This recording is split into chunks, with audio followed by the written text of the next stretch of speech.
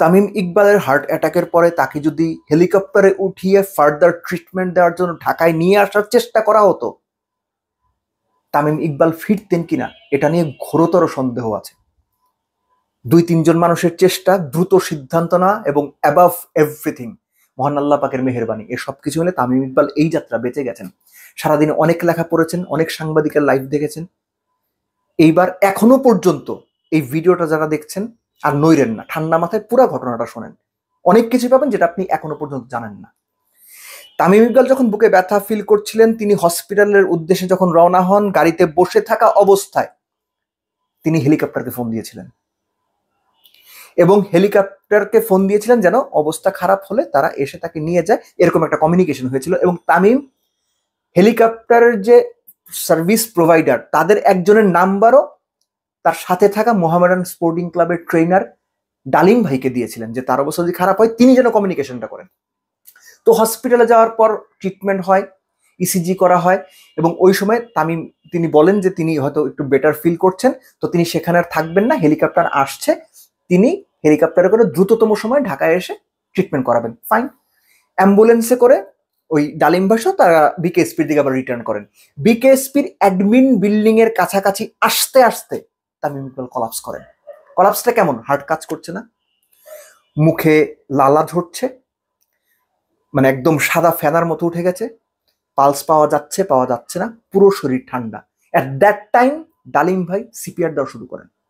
গাড়ি চলছে, সিপিআর দিতে দিতে অ্যাথলেটিক্স ট্র্যাকের দিকে যখন যায়, তখন ওইখানে যেতে যেতে তামিমের মোটামুটি কোনো রকম রেসপন্স নাই। ওই সময়ে ওই মোহামেডান ম্যাচের ম্যাচ রেফারি ছিলেন দেবব্রত পাল, তিনি ওখানে এসে হাজির হন এবং সেখানে বিকেএসপির একজন ডাক্তারও ছিলেন। এখন ওই সিচুয়েশনে হেলিকপ্টার তো তখন চলে এসেছে, তারা হেলিকপ্টারে উঠাবেন ঢাকায় ফার্দার ট্রিটমেন্টের জন্য, নাকি যে হসপিটালে নিয়ে গিয়েছিলেন সেই হসপিটালে ব্যাক করবেন? চিন্তা করে দেখেন কতখানি ক্রিটিক্যাল সিচুয়েশন, আপনি কি ডিসিশন নেবেন? তামিমের সঙ্গে তার পরিবারের কেউ নাই, এই ডিসিশন কে নেবে? ওই সময়ে তারা দ্রুততম সময়ে সিদ্ধান্তটা নেন।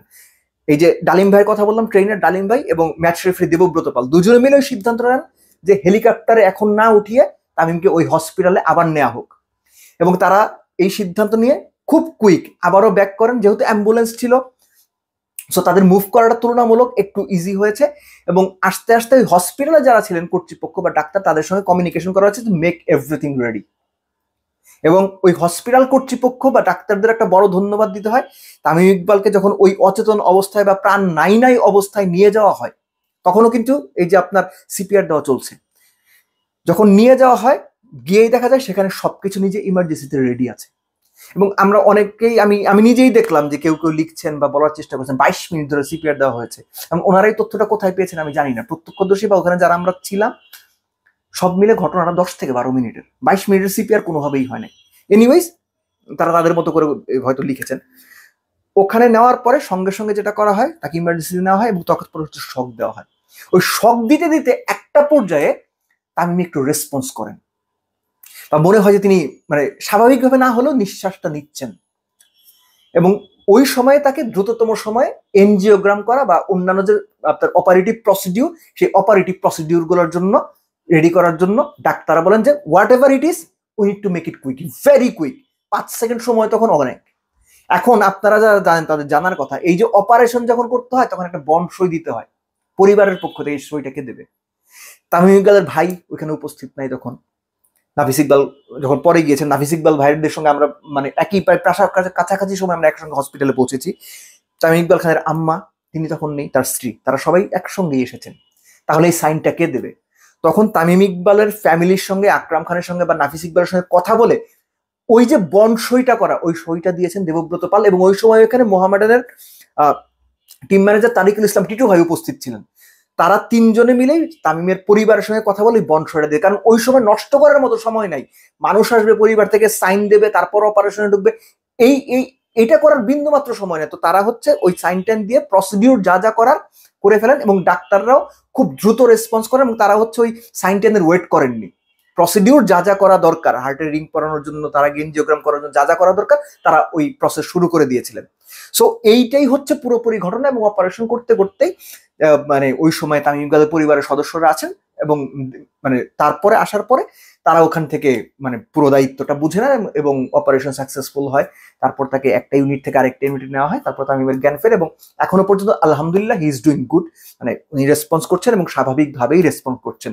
এটা হচ্ছে পুরোটার মূল ঘটনা, মানে রুদ্ধশ্বাস একটা ঘটনা। আপনি এটা ধরতে পারেন যে সব মিলে 4 ঘন্টার পুরো যে ঘটনাটা ঘটলো, যে উনি চোখ মেলা পর্যন্ত সব মিলে 4.5 ঘন্টা। কেননা পুরো যে ঘটনাটা ঘটেছে এই ঘটনার মধ্যে অনেক কিছু ইনভলভ ছিল। আমরা মাঠে ছিলাম, মাঠে একবার শুনলাম যে তামিম অসুস্থ হয়ে গিয়েছেন, হসপিটালে নিয়ে যাওয়া হয়েছে, তারপর শুনলাম তিনি সুস্থ হয়েছেন, ব্যাক করছেন। তার 10-15-20 মিনিট পরে শুনলাম যে তামিমের অবস্থা খুবই খারাপ, হসপিটালে নিয়ে যাওয়া হয়েছে। তো আবার আমরা ওখানে গেলাম, তো সব মিলে এত কিছু হয়েছে যে ওই সময় মানে একটা কথা যে বলবো বা একটা কিছু যে লিখবো ফেসবুকে বা কাউকে জানাবো, এই সিচুয়েশনটা আসলে ছিল না। আর পুরো পরিস্থিতিটা এতখানি আনসার্টেন ছিল যে কেউ কোনো একটা কিছু বলবে এই পরিস্থিতি ছিল না। প্রতি সেকেন্ডে, প্রতি 10 সেকেন্ড 20 সেকেন্ডে মনে হচ্ছিল যে পুরো পরিস্থিতি বদলে যাচ্ছে, পুরো পরিস্থিতি বদলে যাচ্ছে।